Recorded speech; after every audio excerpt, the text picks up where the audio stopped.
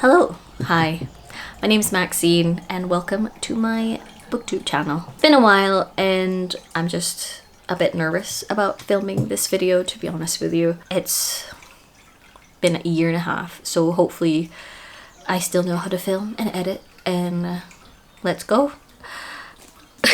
So this is, to be honest with you, this is like the fourth take of this video, and it's just getting over the nerves and getting over the fear of being judged and talking.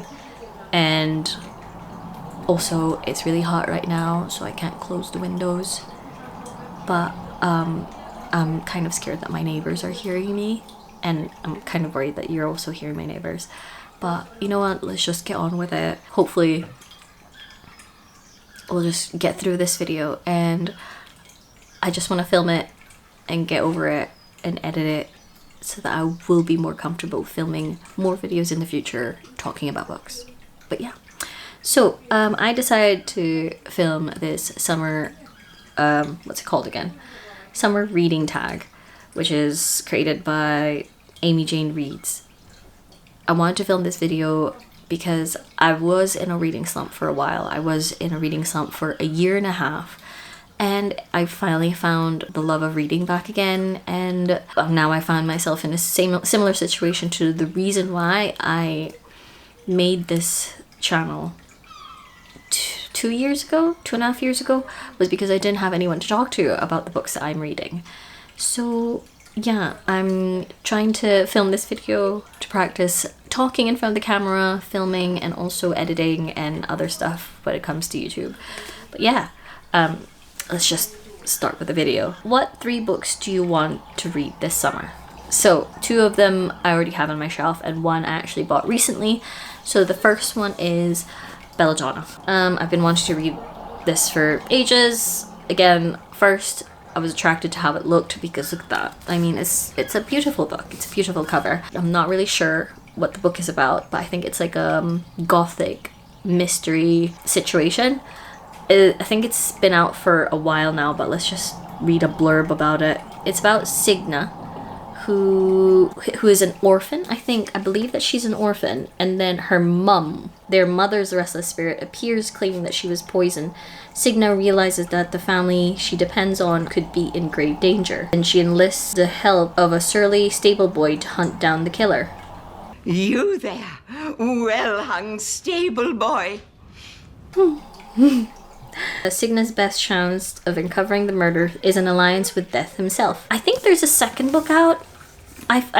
Was it Foxglove? Wait, honestly, I've not been updated about anything recently. Yeah, so Foxglove is the sequel to Belladonna. If I do like Belladonna, if I ended up liking Belladonna, I might pick up Foxglove, but I am trying to limit my buying this year because I need to save up. I also kind of want to free up some space in my bookshelves. So if I like this, I might buy the second book. Fair enough, we'll keep it. But if I didn't like it, I might give it to someone else because it is quite a nice book, and if I'm not enjoying it, might as well give it to one of my friends. The second book that I really wanted to read this summer was God Killer by Hannah Kaner.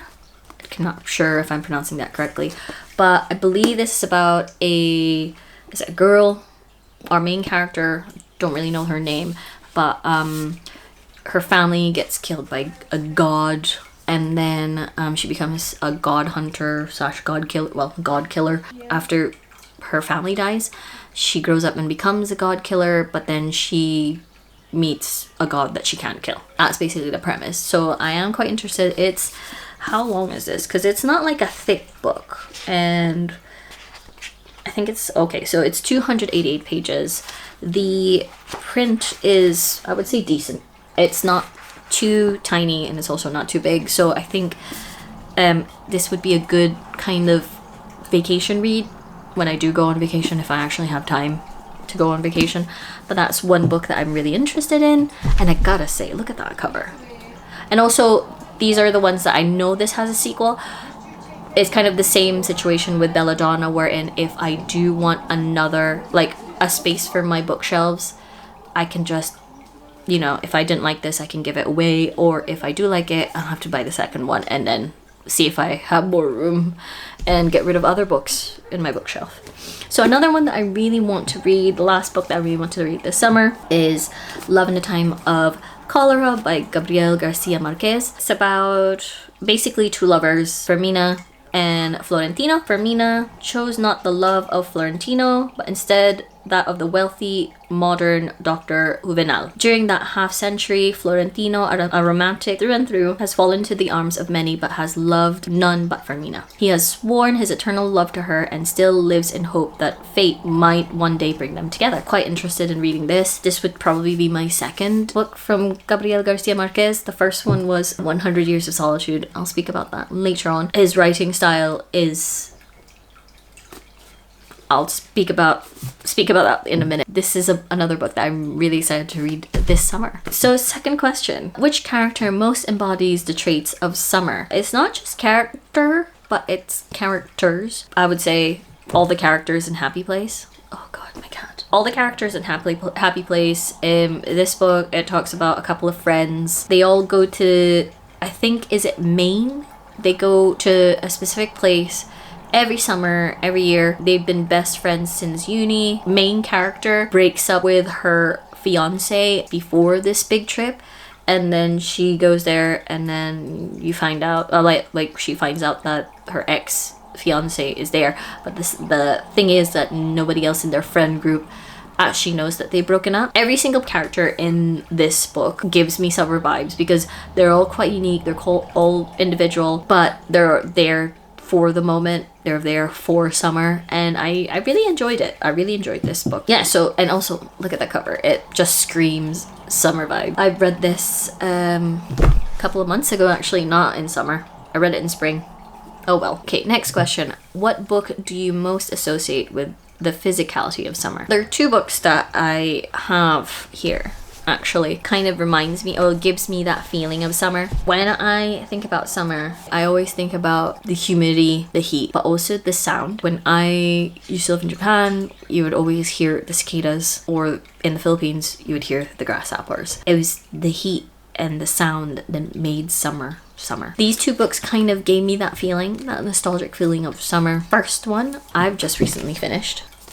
Virgin Suicides, which I've recently finished, and the other one is 100 Years of Solitude by Gabriel Garcia Marquez. I've recently finished The Virgin Suicides. It's a depressing book, but it gave me that feeling that, like when I was in high school, summers in high school, when you don't have school and you're stuck at home, and either you go on vacation with your family or you don't. It's that feeling of like, you know, school is gonna come back and you're gonna see all your other friends again, but this kind of almost isolating feeling.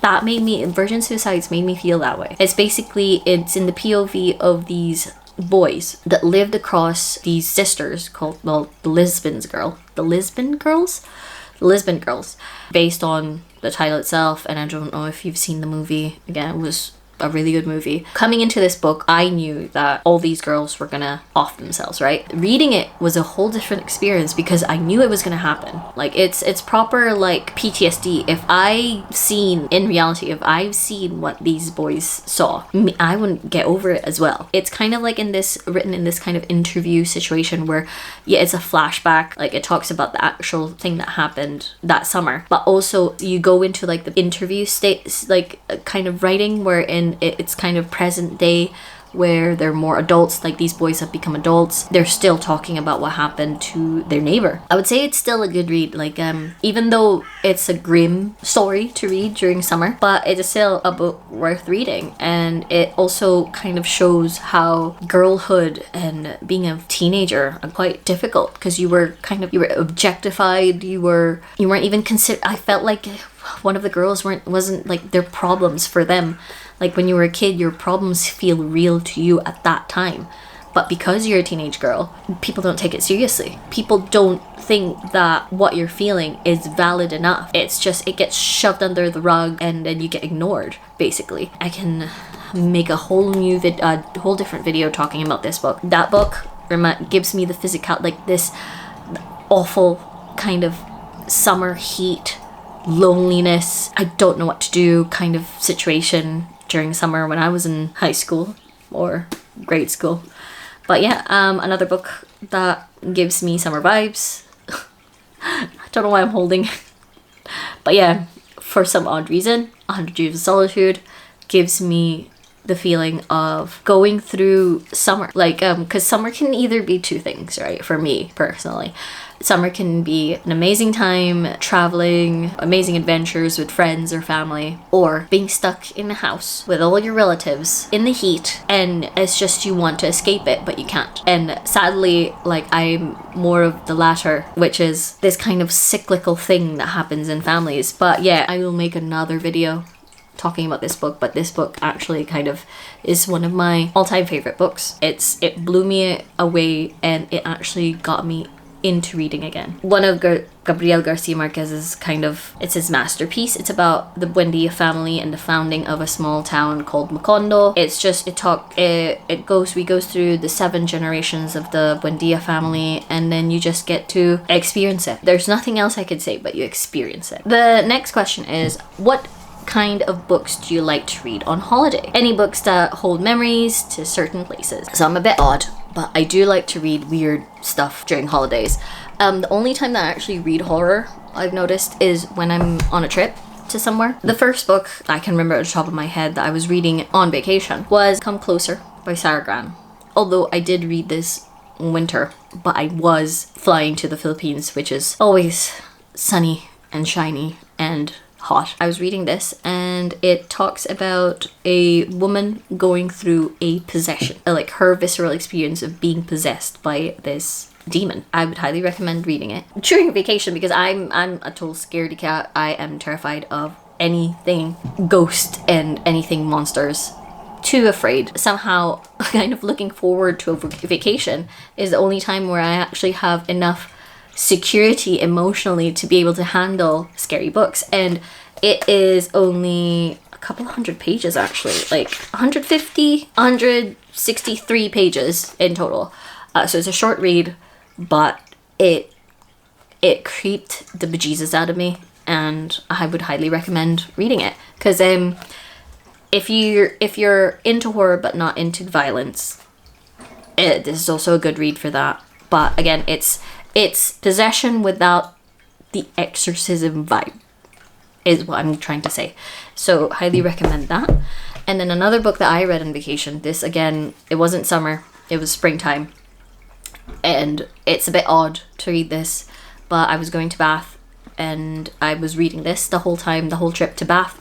But it's The Vor by B. Caitlin, and it's a trilogy. The Vor it's a chunky book, as you can see. It is, I think, how many pages is this actually? I think it's about almost 500 pages. It's 500 pages long. It's in different people's POV, so there's different characters. Some of them don't even meet. Some of the storylines don't even connect to the actual main story, but it is about a forest in Central Africa called the Vor, and how this forest is almost alive in itself, and it's impenetrable. It is almost, I would say, carnivorous in its own way. It's about different characters. Some of them have direct contact with the Vor, and then some of them are thousands of miles away in England or America, and it doesn't connect to anything with it, there's no connection with the Vor at all.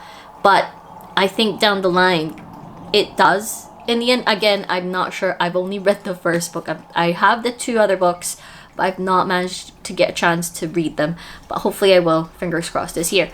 But it was interesting because it has a lot of body horror. It's not overt in that way. Like, I mean, I didn't know what I was getting into reading this book, because it has a funky cover, but I've not really gotten a chance to deep dive and research about B. Caitlin. But I think he's an artist or a sculptor. Well, he makes sculptures and he's an artist. Basically, it has a lot of weird things in it. And I think I remember there was a part where I was reading, I was still in Bath, I was reading, and I actually had to put the book down because it freaked me out so much that I actually was like kind of silently screaming because it was bedtime and didn't want to wake anyone up. But I was silently screaming. I had to put the book down. But yeah, quite interesting read. Again, that's my twisted way of like having the comfort or the emotional security of being in a beautiful place or spending time with my favorite person in the world, and knowing that I can emotionally and mentally handle a horror or a weird book that will freak me out. So those are my recommendations. But yeah, those are the two things that I've recently, like not recently, but the most memorable books that I've read during a vacation. So there's another question. If you could go on a holiday with any author, what would you go with? Oh, who would you go with and where? What would you want to know? I don't have a specific author that are alive. I would like to. So I'm currently reading My Life in Animals. Yeah, so I don't really have a specific author that I would go on vacation with, which is kind of weird because I don't really have a particular. Well, none of them are alive. I'm just thinking at the top of my head. But I would like to go to Corfu. Would like to go to Greece. Jerry Dorrell, absolutely. But I don't have anyone that's alive currently that I would like to have a vacation with. So I can't really think of an answer for that. Next question is, what's your book of the year so far? Again, I've mentioned it already. I'm gonna make a whole different video about it, but it is, where are you? Is 100 Years of Solitude by Gabriel Garcia Marquez. I've tabbed it. I think I'm gonna reread it again. I have it on audiobook. I just need more time to let it sink in, but I will talk about that in a whole separate video. Next question is, how did you spend your summer holidays as a child? Mostly at home. Read more books, read a lot of books when I was a kid. Didn't really go out. Was stuck with a lot of family members, a lot of cousins coming to visit. Went to the beach most of the time.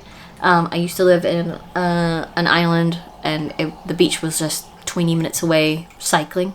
So it wasn't really that bad. That was how I spent my summer. What are your plans this summer? So hopefully this summer I would get to read more. I would try to pick some more weird books that I can read for our vacation for late summer. I think we're gonna go see a couple of museums, hopefully, but that's pretty much it. And also, plans for this summer is I hope I can volunteer for something quite interesting in the future. Fingers crossed. But yeah, I really hope I can film more, I can talk more about books, and I'll have more time to actually read. Thank you so much for watching this video, and I hope you guys like it.